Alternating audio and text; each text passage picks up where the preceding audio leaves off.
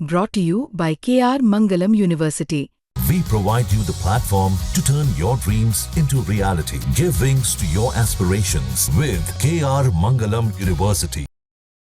लगाया था उसे वो भरे हुए हैं। और रही बात है कि विधायक विनेश फोगाट को लेकर के, जैसे कि सभी को पता है, फेक एजेंडाज रन करते हैं, सारी चीज़ें कर रहे हैं। मैं तो इसको बेबुनियाद मानता हूँ, सिर्फ एक सोशल मीडिया तक ही सीमित है। जब भी कोई बात होती है सोशल मीडिया पे जो है कि अपने प्रेजेंस दर्ज करके उसके बाद में दिखाई नहीं देती है। हरियाणा में कोई असर नहीं है, चाहे वो 21 बार आए 50 बार आए, राहुल गांधी रहेगा। कैप्टन योगेश जी बीजेपी के जो युवा नेता हमारे साथ, उनसे बात करते हैं राजनीतिक गलियारों को लेकर। कैप्टन जी, 8 महीने करीब हो चुके हैं बीजेपी सरकार बने हुए, क्या सब मान रहे हो कि किस बीजेपी सरकार के हिसाब से कैसे लोगों के जरिए हो रहे हैं जी? सबसे पहले तो मैं बता देता हूँ, 8 महीने जो बीजेपी सरकार के बहुत ही सरल, सुगम और जो है कि 36 बिरादरी को लेकर के सभी के काम जो है कि एक तरफा होते जा रहे हैं। और माननीय मुख्यमंत्री श्री नायब सैनी जी के नेतृत्व में हरियाणा फल फूल रहा है।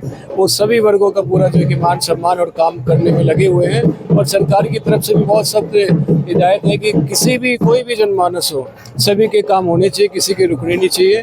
और जो है कि हरियाणा बहुत ही खुशहाल, दिन रोज मजबूत और खुशहाल बनता जा रहा है। और माननीय प्रधानमंत्री श्री नरेंद्र मोदी जी के जो अंत्योदय की जितनी भी योजना है, सभी माननीय मुख्यमंत्री जी सभी को जो कि धरातल पर उतारने का काम कर रहे हैं। और हम जैसे जो कि भाजपा के अनुयायी वो भी जो है कि इसी दिशा में काम कर रहे हैं। और जो माननीय प्रधानमंत्री जो 11 साल के जो काम अभी तक जो उन्होंने करे हैं, उसको जो है कि पूरी देश भर में सभी जनता जो कि सराह रही है। क्योंकि ऐसा प्रधानमंत्री पहले कभी कोई आए नहीं जिन्होंने जो है कि अंत्योदय तक इन्होंने काम करा है। लोगों की सोच जो हुआ करती थी कि हमारा भी देश ऐसे फले फूले, आज हमारा देश उसी दिशा में बढ़ चुका है। चाहे विदेश की सरजमी हो, वहाँ भी जो है कि देश का मान सम्मान जो है कि बढ़ा है। और प्रधानमंत्री श्री नरेंद्र मोदी जी उसे जो है कि और दिन रोज मजबूत करते जा रहे हैं। योगेश जी, जहाँ बात करें विधायक विनेश फोगाट की, कुछ दिन पहले की बात है, जो बीजेपी के नेता है ब्रजभूषण जी, उनको पोक्सो एक्ट में बरी किया गया। उसके बाद से उन्होंने अपने ट्विटर पर लिखा कि तुम्हारा ही नेता है, तुम्हारा ही वकूलत है, तुम्हारा ही सब कुछ है, ट्विटर पर लिखा। तो क्या हम आपसे आस लगा सकते हैं सरकार से? तो क्या मानते हो किस तरीके से ट्विटर पर बयानबाजी से क्या मानसिकता है?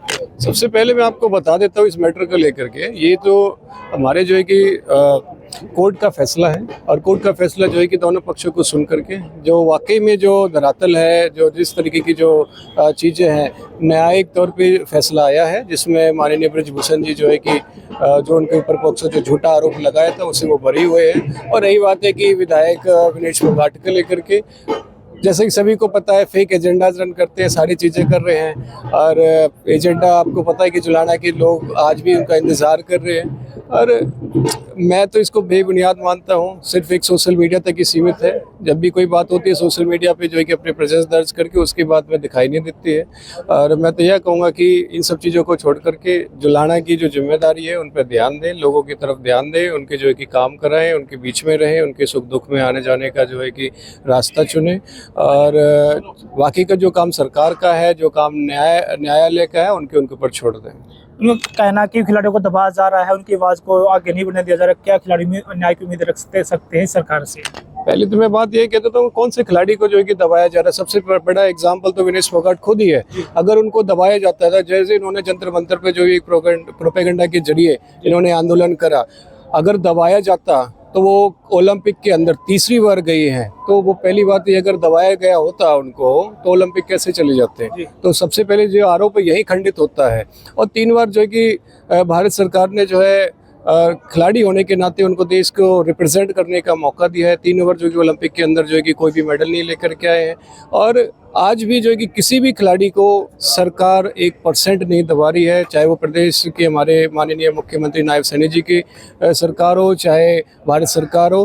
खेलों में हमारे खिलाड़ियों का मान सम्मान, इज्जत, उनकी जो भी कोई कमी देशियाँ हैं उन सबको पूरी करते हैं। उनको जो है कि वर्ल्ड लेवल की जो है कि ट्रेनिंग दी जाती है, उनके ऊपर खर्चा दिया जाता है।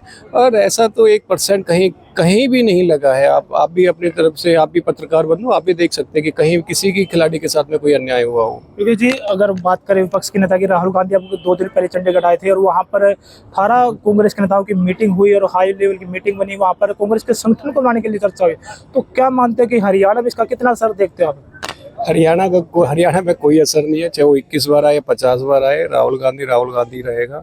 ठीक है, उसकी जो उम्मीद है, बस उसके दिलो दिमाग में रहेगी। हरियाणा में सिर्फ एक ही नाम है, नायब सैनी जी, और भारतीय जनता पार्टी ये कह रहे हैं कि नींव रख चुके हैं। आने वाले समय के अंदर सिर्फ एक ही विकल्प रहेगा, वो है भाजपा का विकल्प। एक ही मुख्यमंत्री है, नायब सिंह सैनी जी, और जो छत्तीस बिरादरी के सर्व धर्मों के साथ में आगे बढ़ रहे हैं। और रही बात है राहुल गांधी, ये एक बार फिर से कोशिश इनकी लॉन्चिंग की होगी। 21 बार तो लॉन्चिंग इसकी विफल रही है, 22वीं बार फिर लॉन्च होंगे, फिर फेल होने हैं।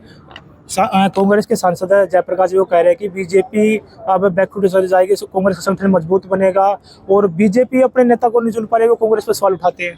मैं सबसे पहले यही देख रहा हूँ, पहले अपना विपक्ष का नेता तो चुन ले, बाकी का भाजपा के बारे में जो है कि सोचना बंद कर दे। पहले अपना घर संभाले, दूसरे की तरफ बाद में देखे। और यही बात है कि आगे बैकफुट पे सरकार को लेकर के सरकार ने तो अपना काम कर दिया, तीसरी बार जो है कि अपने जो है कि बहुमत के साथ में सरकार चला रहे हैं, और भविष्य भी जमा पुख्ता मजबूत है। आने वाले समय के अंदर कांग्रेस का तो नामो निशानी नजर नहीं आने वाला। जी, लास्ट सवाल पूछना चाहेंगे, जिस तरीके से बीजेपी की बात की जाए तो आयुष्मान कार्ड की योजना लेके आई थी, जो गरीबों को 5 लाख तक का उसमें लाभ मिलता था। अब सुनने में आ रहा कि 5 जो बीमारियां बड़ी बीमारियां थी उनको उससे हटा दिया गया है, जिसमें बात की जाए मोतियाबिंद की और भी बड़े ऑपरेशन है। तो क्या मान रहे हो कि भाई इस तरीके से बीमारियों को हटा देना, उस इलाज से परे करना गरीबियों के साथ क्या खिलवाड़ है, या फिर जिस तरीके से एक बटन पड़ा हुआ था पैसे का जो प्राइवेट मेडिकल थे, उस बात को देखते हुए सब फैसला लिया गया? जो आयुष्मान कार्ड के अंदर जो बीमारियां जो लिस्टेड हैं, उसके सुचारू रूप से उनका इलाज भी हो रहा है। और जो जैसे आप बता रहे हैं, इसकी हम पुष्टि करके क्योंकि जो बीमारियां इसके अंदर लिस्टेड हैं उन सभी का आज भी इलाज हो रहा है।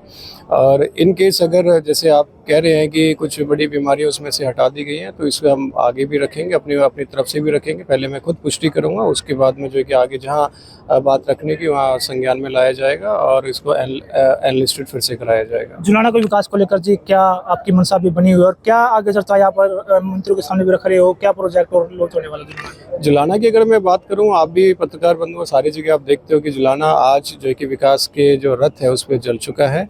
और लगातार माननीय मुख्यमंत्री नायब सैनी जी की सौगात जुलाना विधानसभा को लगातार मिलती आ रही है।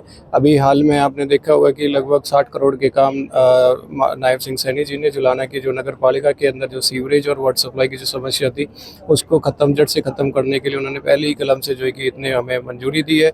साथ के साथ लगभग 20 करोड़ के आसपास के जो है कि रोड को नवीनीकरण को लेकर के जुलाना को एक तरफा बजट दिया है। और इसके अलावा चाहे हेल्थ डिपार्टमेंट हो, उसको लगभग 1.5 करोड़ के आसपास का काम दिया ताकि उनको जो है कि दोबारा से रीस्टैब्लिश कर सके, रिपेयर कर सकते हैं।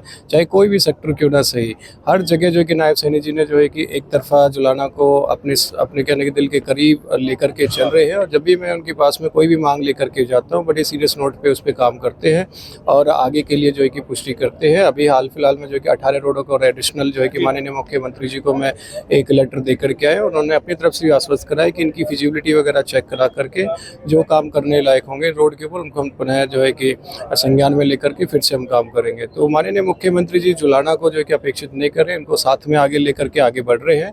और एक मैंने गाँवों के जो है कि पानी को लेकर समस्या को लेकर के मैंने ज्ञापन दिया हुआ था और मुझे बड़ा गर्व है कि मेरी 12 मांग तो उन्होंने पानी की पहले ही कलम से उन्होंने पूरी कर दी है। बाकी जो 18 जो मांग और थी, 18 में से जो कि 8 मांग और उन्होंने कल शुक्रवार को उन्होंने अपनी कलम से उन्होंने मंजूरी भी दे दी है। ठीक है जी, धन्यवाद जी। ये थे हमारे साथ बीजेपी युवा नेता कैप्टन योगेश्वर ने बताया कि जिस तरीके से हरियाणा में बीजेपी सरकार है वो सभी बात की जाए सभी धर्मों की, सभी जातों की, तो सभी की बातों को सुनने का काम करते हैं और हरियाणा को एक विकास के राह पर ले जाने का काम भी बीजेपी सरकार कर रही है। जिनसे हरियाणा तक के लिए सुनील कुमार की रिपोर्ट।